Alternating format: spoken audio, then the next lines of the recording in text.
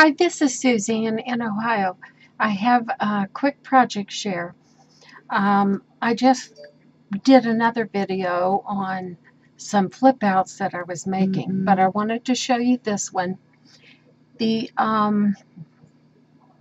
process is 3 envelopes hooked together, and then you unfold them and unfold them and unfold them, and you have a little packet, so to speak. But this one I felt was special, and I wanted to feature it by itself because I used some beautiful papers from Schreech Owl Studios, and I just added very little of my own stuff to it. So I want you to see what I made. And it was a mental exercise in how many hidden pockets could I create. So we'll go through this one and you can see how it's done. If you want to know more about a basic 3-fold flip out with envelopes, go check out my other video or research on YouTube, because I'm not sure who invented it, but there's quite a few people doing it. So when you first open the flap, you've got collage, those wonderful collage or images. Well, yes, hers is a digitally collaged images.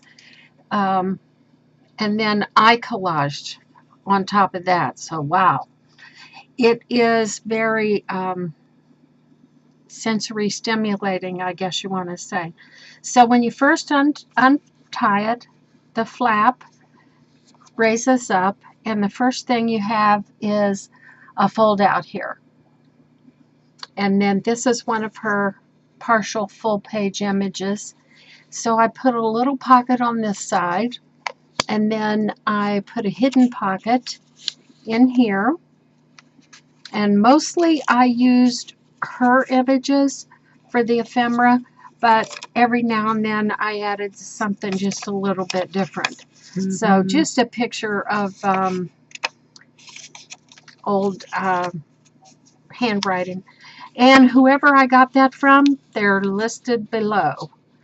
I got 2 batches of antique hand script from different Etsy sellers. So again, there's your first surface.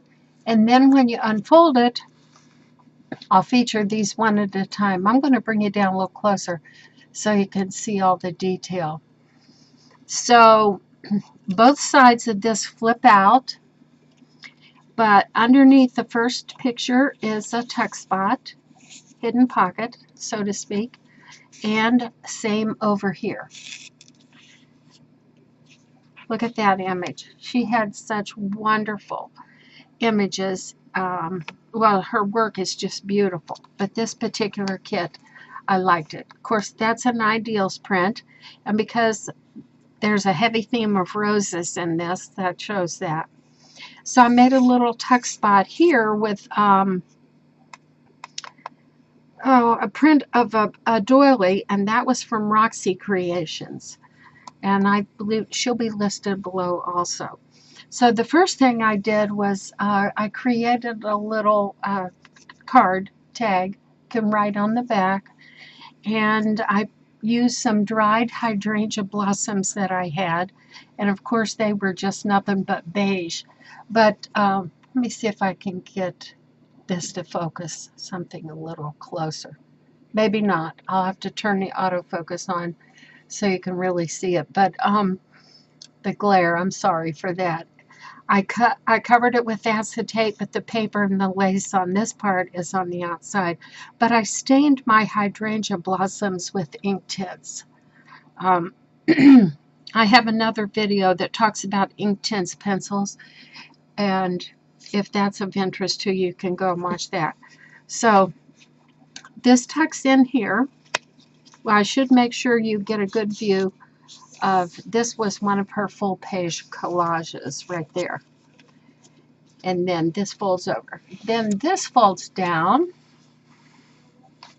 And on this panel, I have a pocket here, which I don't have anything in right this minute, but it opens up, and I left some writing surfaces. And then this folds out. And then this is a pocket here. And then this is from her kit right here. And I used the pocket. This is the first pocket of the envelope. And what I did was, again, I used her images and made some writing surfaces. So there's one, some of that old handwriting that unfolds like an old letter. You can write on the back of it. And then a fabric flip with one of her images glued on, and it is a pocket also. Some of my pink polymer dyed papers, and then for the back of this little notebook, again, some of her work. I just love this kit, and I wanted to use as much of it as I possibly could. So we'll slip that back in there, and we'll close these up and then move down to the next panel. And on this one of her images as a flip out, and it has a little side tuck, again from her kit, and then a pocket here. This flips down, a little stop as a tuck spot, and her images. And I did use some of them 2 and 3 times, because when you look at something or get into it to really write, you're not going to unfold every single thing every time. So I thought it was just fine to repeat, and I wanted to use up as many papers, and this is going to someone as a gift, and so they can have as many surfaces as they want. Just some old handwriting, and another one of her images, and that all slips in the second pocket. Okay, that folds back up, and then we'll move down to the next panel. And on this one, I found a little image in an Ideals book, and she has almost the same looking little doll in her graphic arts right there. So the colors went well, and I thought, oh, I got to use that.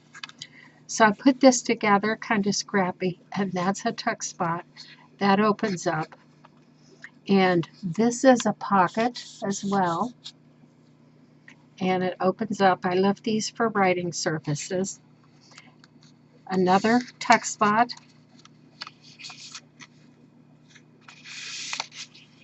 And then this pocket has quite a few things in it.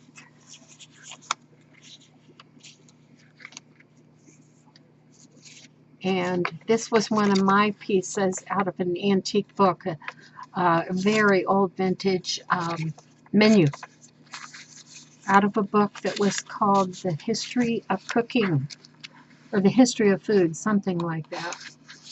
So those slip in there.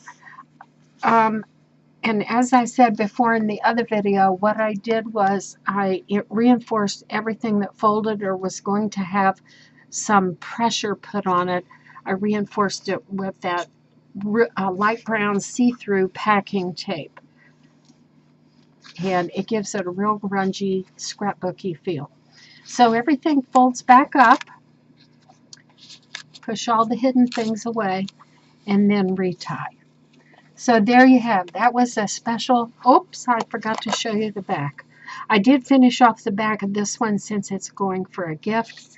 And this is a pocket. I don't have anything in it, and this lace forms a pocket and a piece of vintage handwriting right here.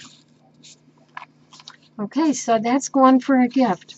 Now, after I made this first little, let me show you one more time, this with the hydrangeas, and it turned out well and it was quite easy. I decided to give that a go and see what else I could create with it. So with that concept. So I'm going to show you just a couple more of those that I've made. And actually I just made them today because you got to do it while it's fresh on your mind. Now the paper I'm using in this is from AntiquePaperie. And equally as beautiful as Schreech Owl Studios. And I couldn't decide which one to use, but I wanted something different, so this is what I went with today. So what I did was I used just a heavy cardstock. Actually, that's recycled from a greeting card. And I collaged it with some printed off music in the background, a famous quote from Ralph Waldo Emerson, and then a piece of the paper from AntiquePaperie. And now, have I confused myself? This is Schreech Owl Studios. This is AntiquePaperie. She has so many gorgeous ones. So, again, I stained the hydrangea blossoms and then put them under acetate, but this piece of paper is on the outside. And I don't know if you can catch the glitter there. I put a strip of gold ribbon right there as I went around, you know, stitching it. And this one, roses, and a famous quote from Leo Tolstoy, spring is the time of plans and projects. And more hydrangea blossoms and roses. And again, all this is under acetate.